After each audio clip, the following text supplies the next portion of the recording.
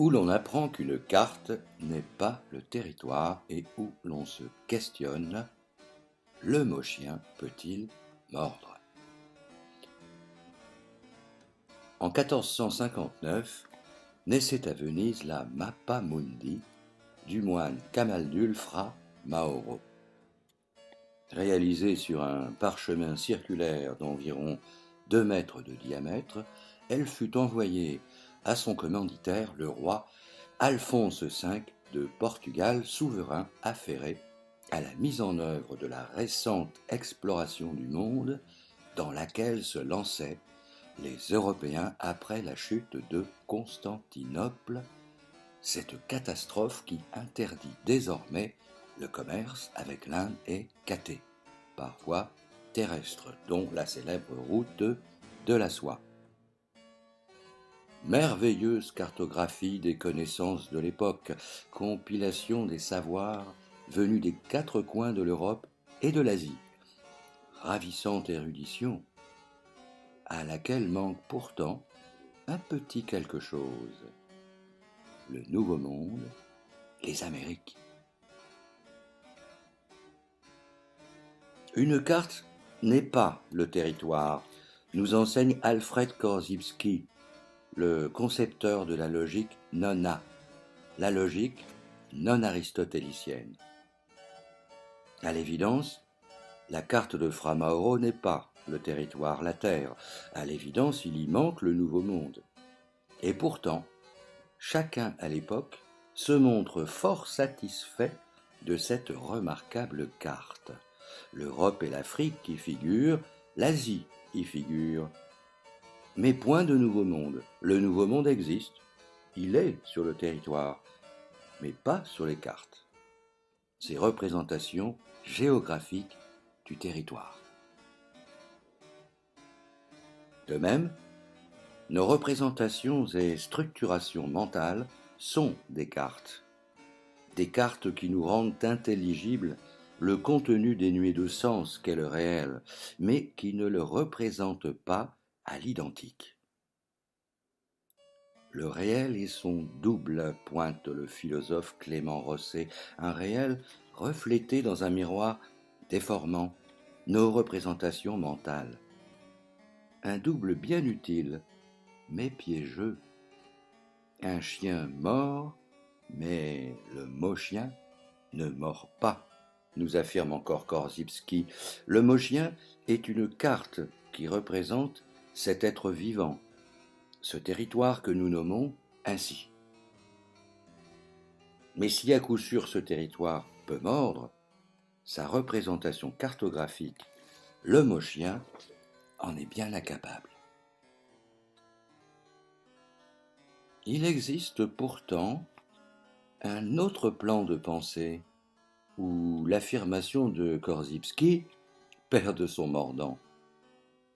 Fiat lux et lux fuit, peut-on lire dans la Bible, que la lumière soit et la lumière fut. Sans autre action que le verbe, une succession de mots. Les mots pourraient-ils donc créer du réel par l'action de leur seule profération?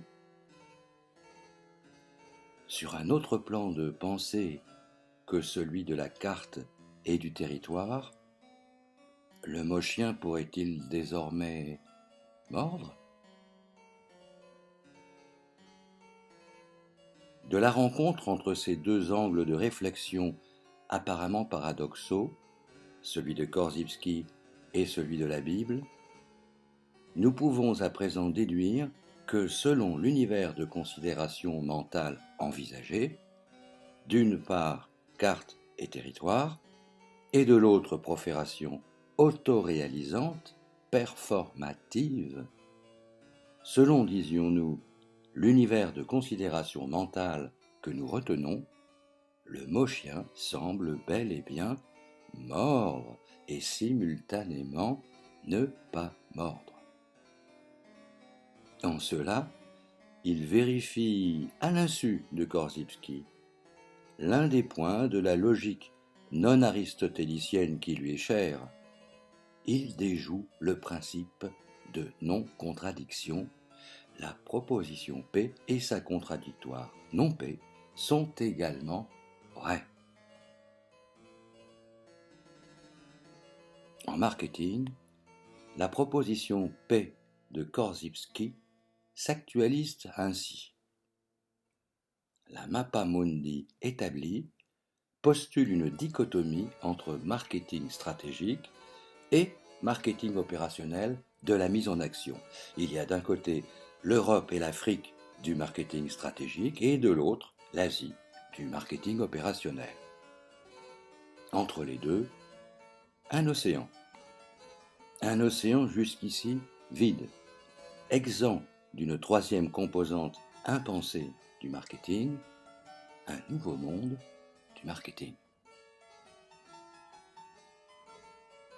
En marketing toujours, la proposition non P de la Bible et du langage performatif nous enseigne à contrario que les mots chiens aux belles dents acérés s'appellent des concepts.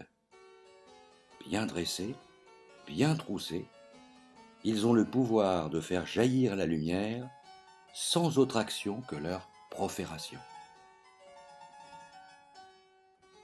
Cet ouvrage se propose de dresser une nouvelle Mappa Mundi de la théorie marketing, une nouvelle carte qui nous semble plus fidèlement représenter le territoire sur lequel se meut le professionnel de la discipline.